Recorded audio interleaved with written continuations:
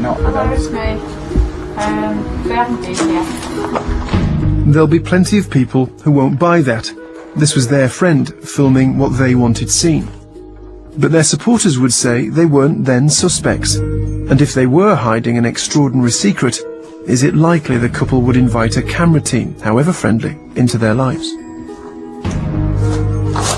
See you later. If the dog alerts are credible, it's possible Madeleine's body was moved from the flower bed under the balcony, where there was an alert, to the area in the lounge behind the couch, to the cupboard in Madeleine's parents' bedroom. If this series of actions actually happened, is it fair to say that Madeleine is being hidden more and more successfully at every turn? And what about after that? I got nightmares in my head, I fear thoughts build up until I can't feel. My mind fills up into a creature, and it haunts me somewhere much deeper. I got nightmares in my head, I fear. Hello and welcome to True Crime Rocket Science. Now, after 5A, precisely where Madeleine was taken is a mystery.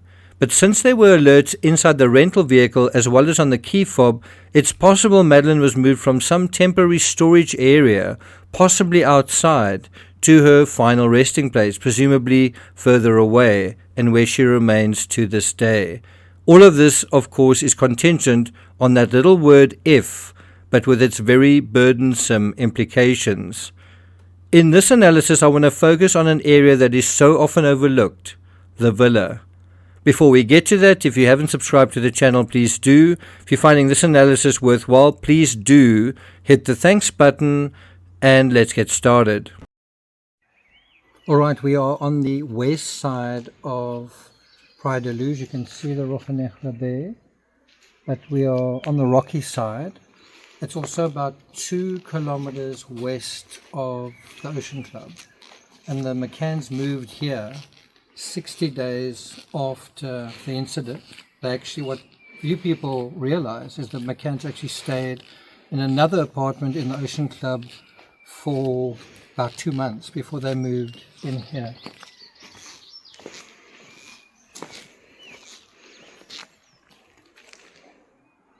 He was right to sense a change. On the day filming was due to start, the police arrive at the McCann villa. As these pictures show, they would return. They took most of their clothing. They were taking even the wet clothes out of the washing machine. Apartment 5A, you'll notice, gets the lion's share of coverage, but plenty of drama and intrigue surrounds the villa they moved to as well. For example, this. Detectives made attempt to bug McCann's villa. Police tried to bug Kate and McCann's villa in Portugal in an attempt to implicate them in their daughter Madeleine's disappearance. It emerged today.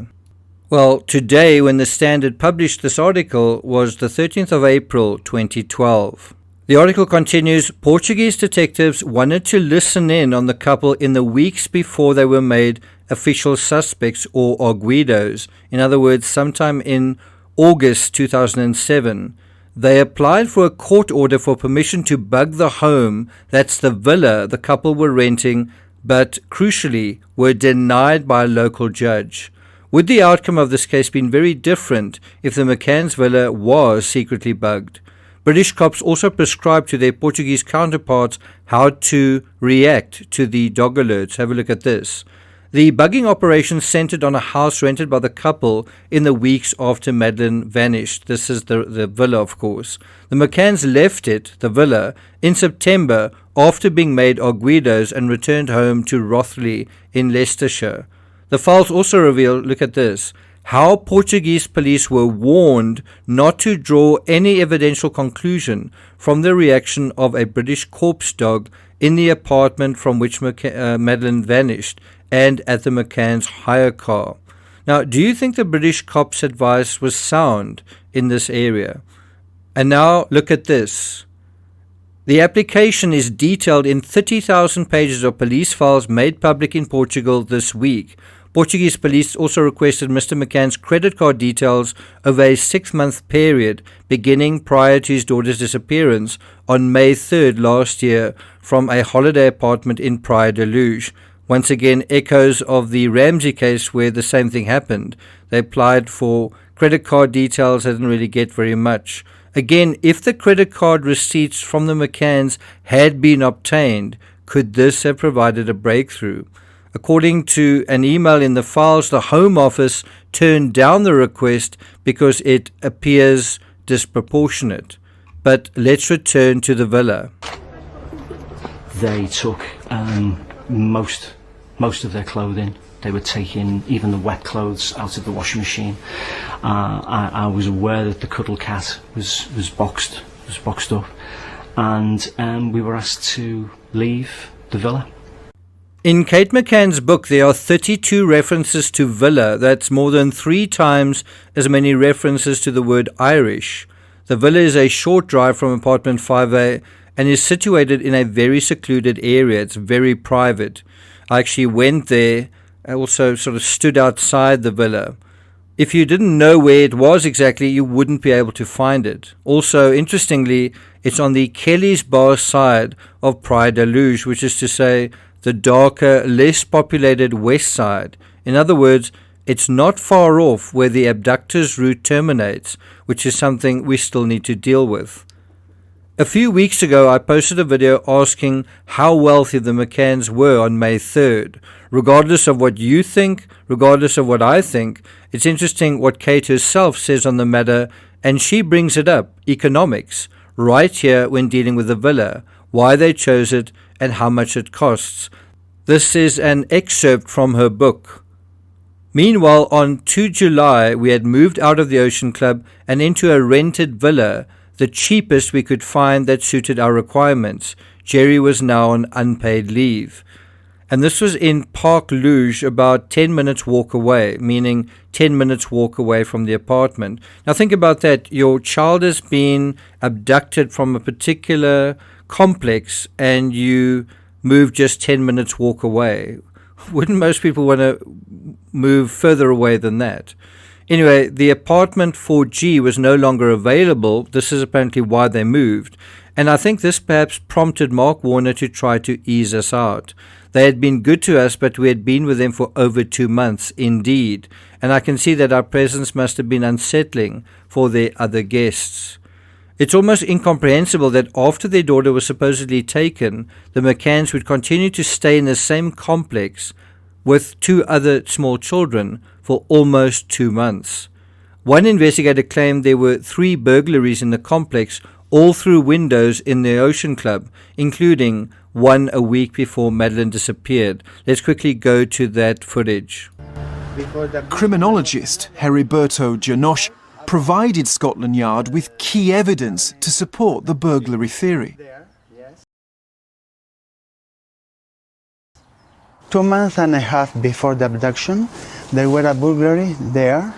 At the end of this run? In the next block. Yep. 60 meters from the McCann apartment. Right. And 17 days before the abduction, there was a burglary in the second floor, here in the same block that the McCanns. And 1 week before the abduction, there was another burglary right above the Madeleine's apartment. Here? There, yes. And the real scene is that in the 3 cases, the modus operandi of the burglary was the same, opening a window from the outside. Now, I know what you're thinking. It's one thing to open a window, it's another thing to open closed shutters. What's quite interesting, something I've never seen before, is the criminologist here demonstrates how to open the shutters via a slightly open window. Let's have a look. Remember, the Portuguese police said that couldn't have happened to the McCanns because the shutters didn't open from the outside. But they were wrong. Mr. Janosch has demonstrated that they do. They lift the shutters, move the windows pane, the right hand inside, grab the cord and lift the shutter in a normal way, without noise and without damage to the window.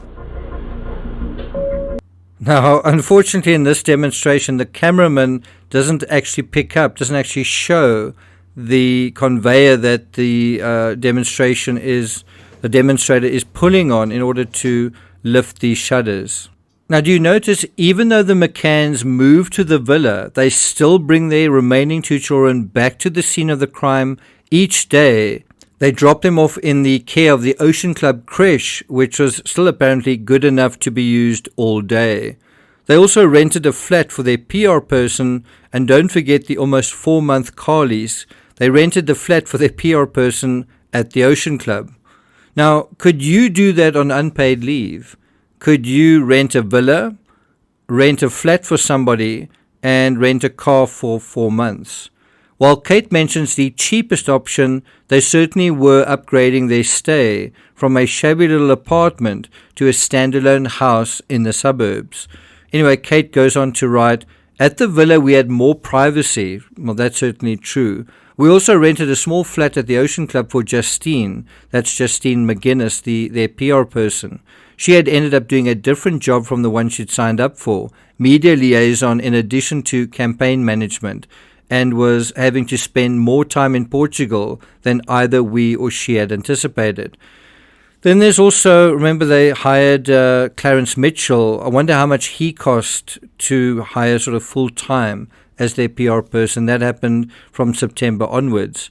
Eventually, the Ocean Club asked them to stop bringing their kids to the creche as well.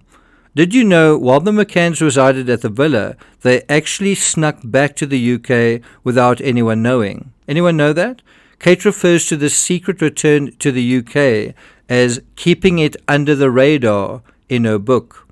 This happened on July 15th, about a month and a half into their stay at the villa, about halfway through their stay there, and that was also the day Dani Kruchel arrived with his gizmo to look for Madeleine. And I think this aspect is quite interesting. If the McCanns were able to do something like that, return to the UK without anybody knowing, it just shows that they were capable of doing things without people's knowledge. That doesn't prove they're guilty of any kind of crime. It certainly just shows that with all the media scrutiny, they were still able to do things without everybody knowing. On August 2nd, the McCanns wanted to drive all the way into Spain to put up posters, a 2-hour drive east. If you ask me, the place to look for Madeleine is west of Luge, not east. And we'll deal with that in due course when we look at the likely spots where Madeleine may have been hidden. Meanwhile, the Portuguese police were also playing their own chess games. On August 6th, shortly after the first dog searches, Jerry was summoned to Portimao without Kate. Well, it wasn't Jerry they wanted, it was the vehicle. They wanted the dogs to give it a run through as well. And guess what? When Jerry returned to the villa that day, it was without their vehicle, and the cops arguably did find something. And Kate McCann refers to this in her book, this change in the atmosphere. She talks about the PJ requesting Jerry to meet them at a cafe in Portimao and then returning minus the car. Did you know that the sniffer dogs were also brought to the villa, and did you know that the cadaver dog also alerted inside the villa? Let me take you back to what it was like then. I was here in Praia de Luz for BBC News. Like the rest of the media, I was reporting on the 100 days since Madeleine McCann had disappeared. But things were changing. Forensic teams had found what were thought to be specks of blood in the McCann apartment. Those sniffer dogs had reportedly reacted to the scent of death in the McCann hire car and on Kate McCann's clothing. People were starting to think what had previously seemed unthinkable. Now remember, it was mentioned that clothing was removed from the home, that's the villa. Well, the sniffer dogs reacted to that as well. In Kate's book, in the section dealing with the dogs and how the mood in Portugal suddenly shifted, it's interesting reading how she dismisses or minimizes even the possibility that what the dogs were reacting to was blood. And even if it was Madeleine, so what? Perhaps it was a nosebleed. Not just a nosebleed, but a slight nosebleed. And she says to infer from this that Madeleine was dead was preposterous. This is the excerpt. This is the pertinent excerpt. Kate writes, to infer from this that she was dead would be a preposterous leap. Perhaps, if the dogs had only alerted to blood, again that little word if, it's like a hinge attached to a heavy door, it carries so much weight, doesn't it? Because we know there was a cadaver dog that had alerted too, and dismissing that is a far tougher sell.